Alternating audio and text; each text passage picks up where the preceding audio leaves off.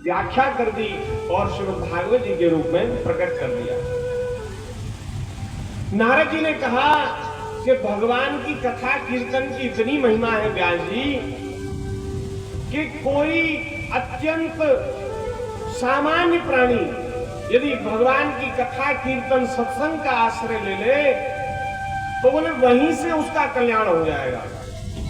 ये नहीं कि अब बहुत अच्छे कुल में जन्म लेना पड़ेगा, बहुत अच्छे घर में जन्म लेना पड़ेगा, कहीं अच्छे तीर्थ में जन्म लेना पड़ेगा तब कल्याण होगा, नहीं। अरे मेरा ही उदाहरण सुन लो, नारद जी कह रहे हैं मेरा ही उदाहरण सुन लो।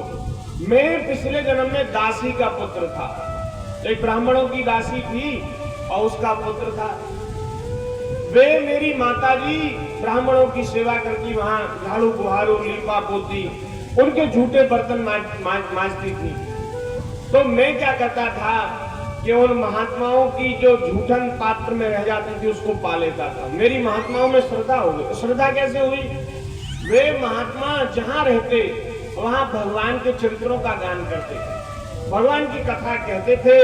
कथा सुनते सुनते मेरी भगवान की कथा में प्रीति हो गई, भगवान में श्रद्धा हो गई, महात्माओं में प्रेम हो गया। अब तो महाराज मेरा मन संसार में बिल्कुल लगता ही नहीं था। मैं चाहता कि निरंतर भगवान की कथा सुनूं, भगवान का स्मरण करूं, भगवान की लीलाओं का गान करूं।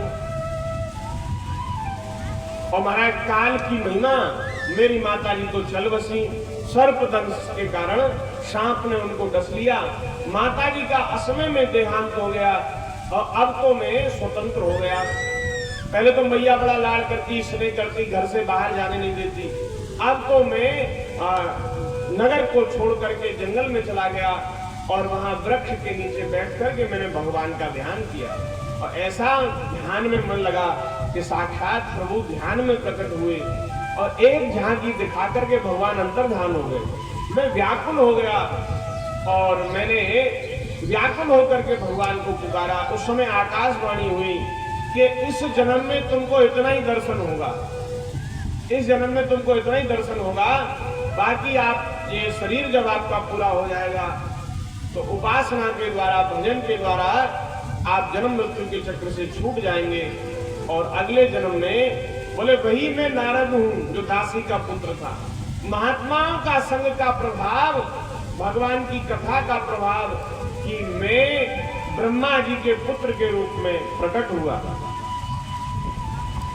और उससे पहले नारद जी गंधर्व थे और वहां भगवान में प्रेम नहीं था। तो ब्रह्मा जी के यहाँ महाराज एक भगवान की लीला का मंचन हो रहा था, वहां मेरी इंद्रियां फिसल गई, मचल गई और ब्रह्मा जी के लोक से गिरना पड़ा। सत्संग से विमुख होगा तो बहुत ऊंचे से भी गिर जाएगा और यदि सत्संग करने लग जाएगा तो बहुत नीचे से भी बहुत ऊपर चला जाएगा। ये सत्संग की महिमा है। इसलिए हे व्यास जी, आप तो भगवान के चरित्रों का गान कीजिए। तो इस तरह से श्री सूत जी महाराज कहते, इस तरह से व्यास जी को प्रेरणा प्राप्त हुई। अब व्यास जी ने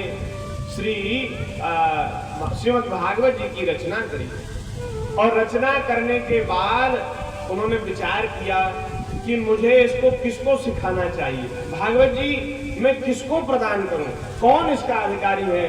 तो विचार आया कि सुखदेव जी महाराज परमहंस चक्र चूड़ामणि है, उनको देह गेह में बिल्कुल आसक्ति नहीं है। सुखदेव जी महाराज के बारे में कहा गया है कि ये माता के गर्भ से बाहर ही नहीं निकलना चाहते थे, 12 वर्ष तक माता के गर्भ में रहे।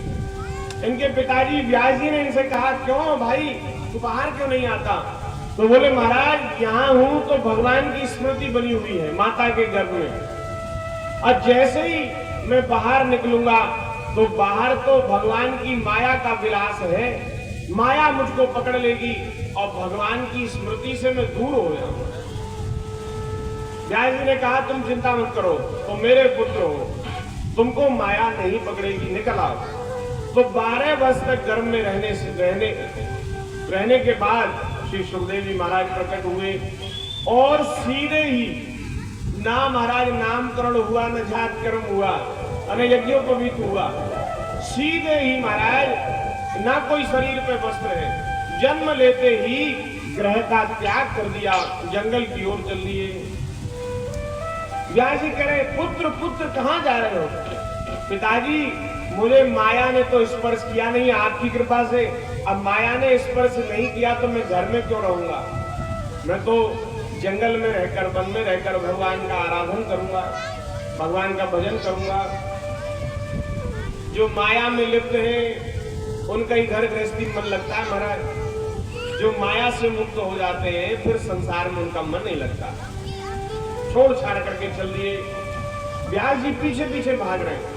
एक सरोवर में कुछ स्त्रियां स्नान कर रही थी। सुखदेव जी जब निकले तो उनको लज्जा मालूम नहीं हुई, लेकिन व्यास जी आए तो वो झटपट जल से निकल करके अपने वस्त्र पहनने लगी। व्यास जी ने पूछा, अरे देवियों, मेरा पुत्र युवक है, उसको देखकर तो तुमको लज्जा नहीं लगी और मैं बूढ़ा हो गया, मुझको देख करके बहुत लज्जा लग रही है, क्या कारण है? उन स्त्रियों ने कहा कि व्यास जी, आपके पुत्र की दृष्टि में स्त्री पुरुष का भेद नहीं है। कौन स्त्री है, कौन पुरुष है, कौन चेतन है, कौन जड़ है, ऐसा भेद ही नहीं। पशु पक्षी जड़ चेतन जितनी सृष्टि भगवान के उसको अपना स्वरूप ही मानते हैं, इसलिए उनसे हमें लज्जा नहीं हुई। लेकिन आपकी दृष्टि में स्त्री पुरुष का भेद है। रे पुत्र कहां जा रहे हो? तो उनकी ओर से वृक्षों ने जवाब दिया था। सुखदेव जी तो चले जा रहे हैं और वृक्ष कह रहे, पिताजी आप मेरे लिए चिंता न करें। वृक्ष कह रहे हैं आप मेरे लिए चिंता न करें, मैं तो भगवान का आराधन ही करूंगा, आप घर जाइए। तो ऐसी महाराज उनकी आत्मा सभी प्राणियों से मिली हुई कि उनकी ओर से वृक्षों ने उत्तर दिया। ऐसे श्री सुखदेव जी महाराज। तो व्यास जी ने विचार किया कि सुखदेव जी के समान तो कौन इसका अधिकारी होगा, इसलिए सुखदेव जी को सुनाया। सुखदेव जी की चित्तवृत्ति भगवान के निर्गुण स्वरूप में लगी हुई थी, तो सगुण स्वरूप में उनकी विशेष आसक्ति पहले नहीं थी।